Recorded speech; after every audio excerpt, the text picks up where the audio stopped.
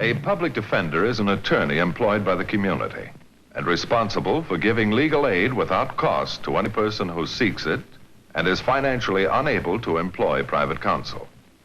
It is his duty to defend those accused of crime until the issue is decided in a court of law.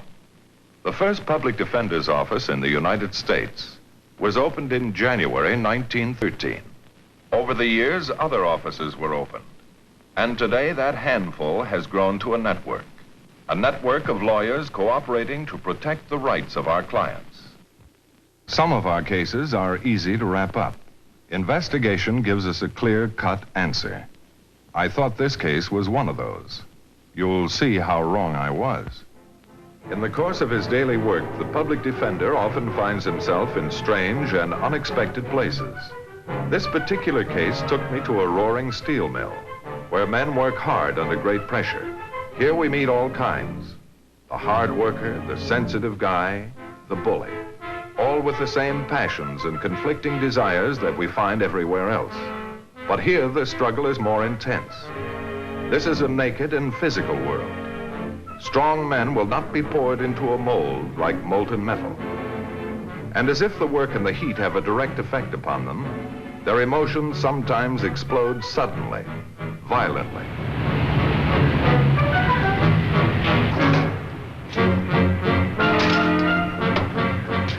Hiya, Bill. Lay off, musclehead. That burns me up. Oh, can't take it, huh?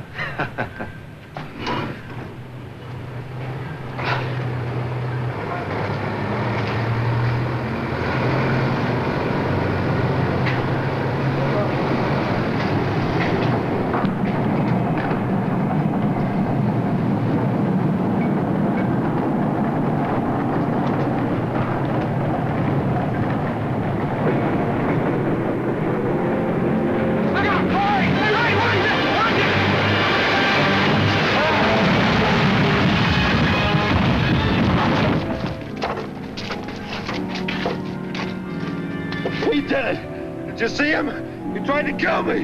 He did it.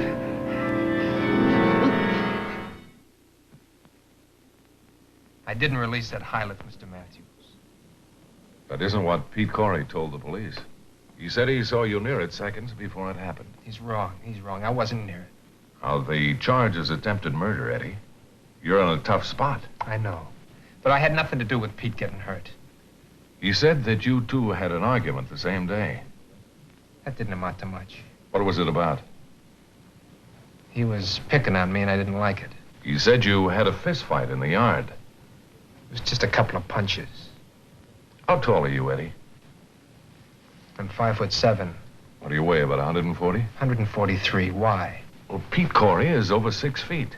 Must weigh about 200 pounds. Couldn't have been much of a fight, a David and a Goliath. I wasn't afraid of him. Neither was David, but he had a pretty important reason for fighting. Now, what was your reason, Eddie? He was picking on me, that's all. I'm your attorney, Eddie. I'll have to have more than that to go on. Now, the police say that you were beaten up by Corey, that you wanted to get even, and you tried to kill him. Well, it's not true. I didn't have anything to do with it. You know, having a fight with a guy is one thing, but trying to kill him is something else. I tell you, it was an accident that lived hidden him. All right, Eddie. I'll see what I can do.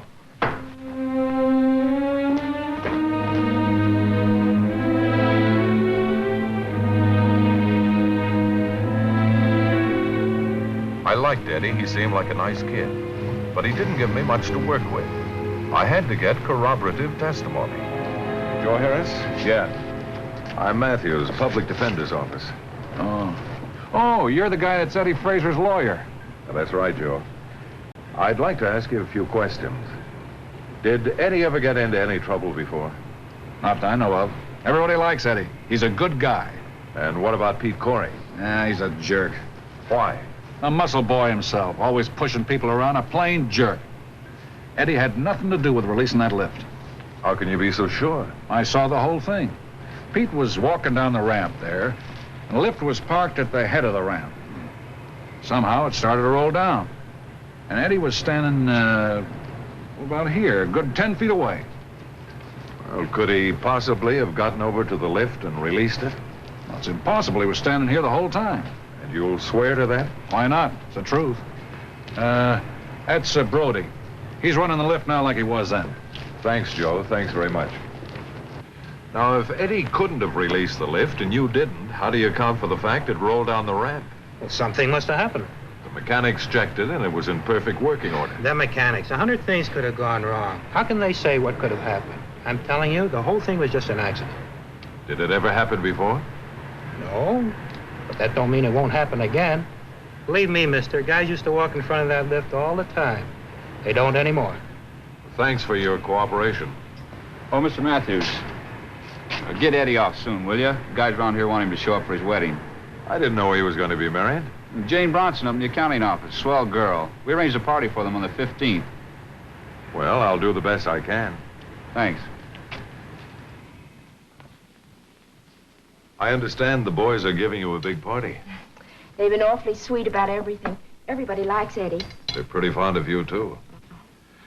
Tell me, Miss Bronson, do you know Pete Corey? Yes, I do. How well do you know him? Nothing serious, just a couple of dates. Do you think their fight in the yard had anything to do with you? I don't know, Mr. Matthews. I don't know. Pete was possessive, domineering. That's why we broke up. They might have fought. Pete was just that way. He tried to settle everything with his fists. And what about Eddie Fraser? Eddie's not that type of a man. He's warm, understanding. I love him. In the interest of justice, I discussed the case with the district attorney a couple of days later. I believe that the statements of the witnesses for Eddie Fraser were conclusive. And after studying the file, he agreed that there was a lack of evidence of criminal intent. The case against Eddie Fraser was dismissed. Hello, Eddie. I didn't think I'd see you around here anymore. Just wanted to thank you for everything you've done for me. Oh, you're welcome, Eddie. You know, our clients aren't usually this appreciative. They leave here as fast as they can and never look back. Lots of luck, Eddie. Thanks. Well, relax, you're free. The boys at the plant will be glad to see you, and so will Jane. Yeah, I know. I know. Those guys are real friends. Jane is wonderful. Oh, she's a lovely girl, Eddie. And I know you two will be very happy. I'm invited to the wedding, you know, and it'll have to be something awfully important to keep me away. Well, it wouldn't be right if you weren't there. Well, so long, Eddie. I'll see you, huh? Yes? Oh, the petitions are being filled out now. They should be ready this afternoon. Yeah, fine. Goodbye. Mr. Matthews? I thought you had gone, Eddie. I can't go back. I can't. What's the matter, Eddie? It isn't right for my friends to act as judge and jury. I can't let them. What are you trying to say, Eddie?